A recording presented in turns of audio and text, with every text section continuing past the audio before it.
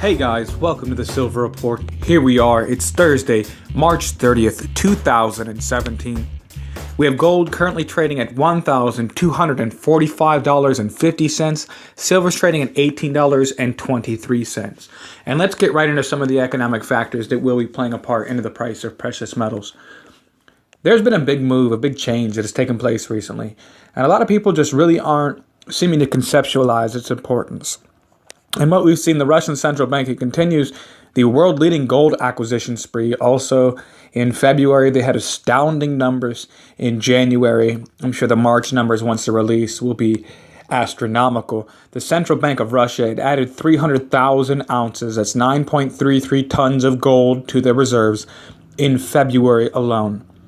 Russia's central bank holdings were at 1,654.705 tons of gold at the end of February 2017, the sixth most of any nation. The Russian central bank has added nearly 175% more gold to reserves than the People's Bank of China over the past 12 months. So they are acquiring more gold than China at this point.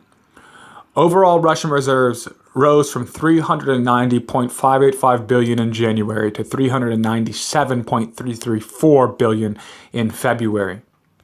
So what we've seen, after added 6,700,000 ounces, that's 208 tons of gold to the reserves in 2015, they added another 6,400,000 ounces, 199 tons in 2016.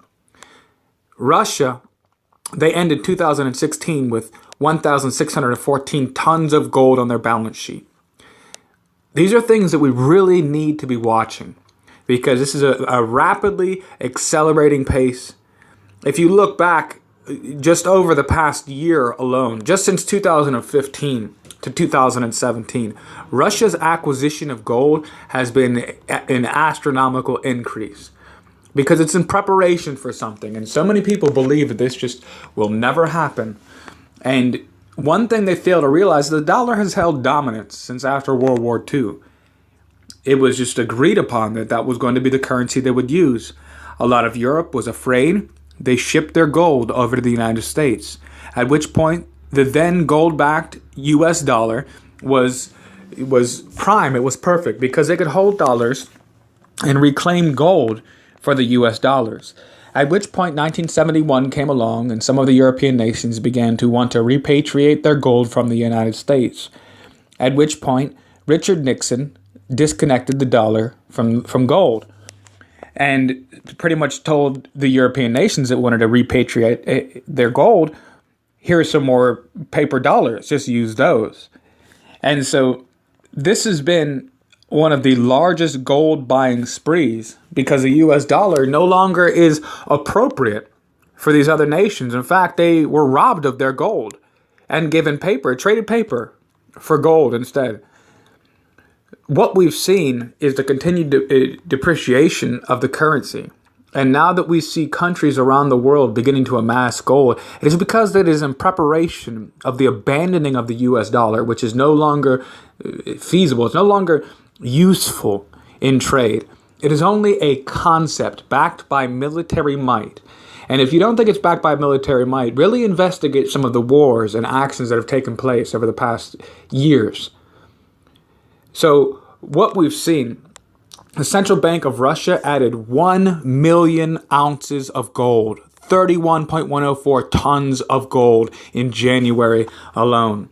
The Central Bank of Russia added nearly 375 tons of gold to her reserves from June 2015 to February 2017. Since 2009, since the quantitative easing began, since the world financial crisis began, Russia has nearly 1,000 tons of gold to its reserves, more than China, who added 775 tons during the same period. What they experienced is similar to what you experienced, only you're yet to realize it yet because the Federal Reserve has also been buying dips in the stock market, buying toxic mortgages, They've been placing this money that's been printed into useless assets, toxic assets, and keeping it on the sidelines.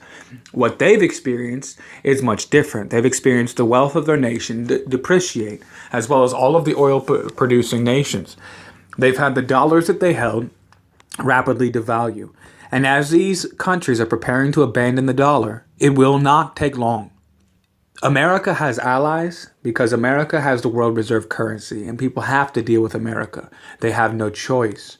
What we're watching is, in essence, a world revolution. This is why you have a lot of the neocons that are always speaking about how Russia is a big threat, how they're always at odds with North Korea, with Syria, how they're always at odds with Iran.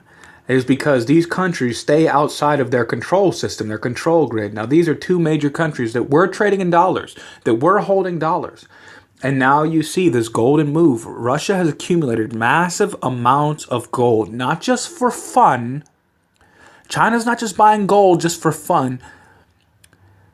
And it's something that you really need to pay attention to. They're even buying more gold than China at this point because China's reserves have been massively increasing.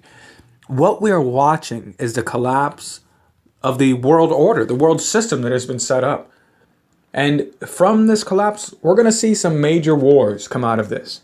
And a lot of pressure on the dollar, a lot of depreciation of your purchasing power. The only solution is to, if you can't beat them, join them. Because it is a world consensus that the world agrees they don't want to use the dollar. Even the citizens in the United States, many of them have understood that because their currency since the 70s has depreciated 96%. Gold and silver is an ideal solution. All right, thank you guys for joining me here on the Silver Report. If you like the content, be sure to subscribe, like the videos, share the videos, get the word out. I thank you guys all so much for stopping by. As always, stay safe.